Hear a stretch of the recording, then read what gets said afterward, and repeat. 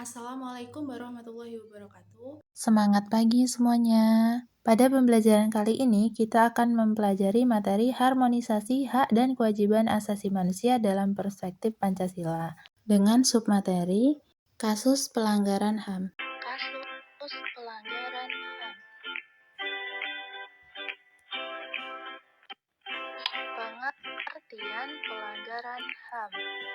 Dalam Undang-Undang Nomor 39 Tahun 1999, pelanggaran HAM adalah setiap perbuatan seseorang atau kelompok orang, termasuk aparat negara, baik disengaja maupun tidak sengaja, atau kelalaian yang secara melawan hukum, mengurangi, menghalangi, membatasi, dan mencabut HAM seseorang atau kelompok orang yang dijamin oleh undang-undang ini dan tidak mendapat atau dikhawatirkan tidak akan memperoleh penyelesaian hukum yang adil dan benar berdasarkan mekanisme hukum yang berlaku.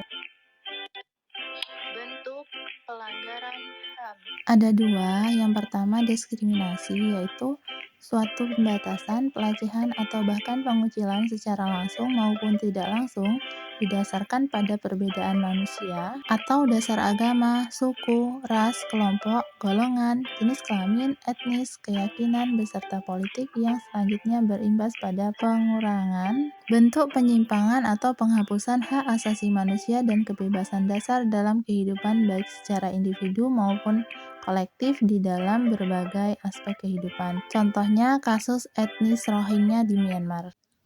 Yang kedua, penyiksaan merupakan perbuatan yang dilakukan secara sengaja sehingga menimbulkan rasa sakit yang teramat atau penderitaan baik itu jasmani maupun rohani pada seseorang untuk mendapat pengakuan dari seseorang ataupun orang ketiga, seperti pada contoh gambar di atas.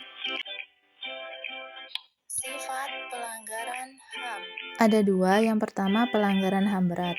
Pelanggaran HAM berat ini bersifat berbahaya dan mengancam nyawa manusia, seperti halnya pembunuhan, penganiayaan, perampokan, perbudakan, penyanderaan, dan lain sebagainya. Yang kedua, pelanggaran HAM ringan. Ini adalah pelanggaran HAM yang tidak mengancam jiwa manusia, namun berbahaya apabila tidak segera diatasi atau ditanggulangi. Misalnya, seperti pencemaran lingkungan secara sengaja oleh masyarakat.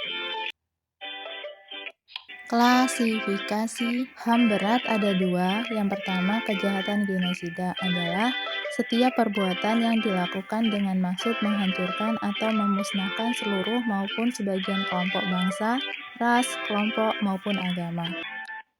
Yang kedua, kejahatan terhadap kemanusiaan adalah suatu tindakan atau perbuatan yang dilakukan sebagai bagian dari serangan yang meluas atau sistematik yang diketahui bahwa serangan tersebut ditujukan secara langsung terhadap penduduk sipil. Faktor penyebab pelanggaran HAM ada dua. Yang pertama, faktor internal seperti sikap egois, rendahnya kesadaran HAM, sikap tidak toleran. Yang kedua, faktor eksternal seperti penyalahgunaan kekuasaan, ketidaktegasan aparat penegak hukum, penyalahgunaan teknologi, kemajuan teknologi, dan kesenjangan sosial dan ekonomi yang tinggi. Kasus pelanggaran HAM di Indonesia. Pertama, Marsina adalah seorang buruh pabrik asal Jawa Timur dan seorang aktivis pada zaman Orde Baru. Marsina dan teman-temannya mogok kerja untuk melakukan demonstrasi pada tanggal 3 dan 4 Mei 1993 karena Gubernur Jawa Timur mengeluarkan surat edaran yang berisi agar perusahaan di Jawa Timur menaikkan upah buruh sebesar 20% dari gaji pokok. Namun pada tanggal 8 Mei 1993, Marsina ditemukan meninggal dunia dan hasil otopsi menyatakan bahwa Marsina mengalami penyiksaan yang berat sebelum meninggal dunia. Kasus ini termasuk pelanggaran HAM berat berdasarkan Pasal 9 Undang-Undang Nomor 26 Tahun 2000. Pelanggaran ini sesuai dengan nilai Pancasila yang kedua dan kelima. Kedua, kerusuhan Tanjung Priuk adalah peristiwa kerusuhan yang terjadi pada 12 September 1984 di Tanjung Priuk karena seorang mubalik yang terkenal menyampaikan ceramah pada jamaahnya dengan menjadikan isu kontroversi tentang RUU organisasi sosial yang mengharuskan penerimaan asas tunggal ini sebagai topik pembicaraannya. Sehingga tentara Sensar Satu Harmoni melakukan tindakan provokatif yang mengakibatkan sejumlah korban tewas dan luka-luka serta sejumlah gedung rusak terbakar. Kasus ini menewaskan 24 orang, 36 luka berat, dan 19 luka ringan.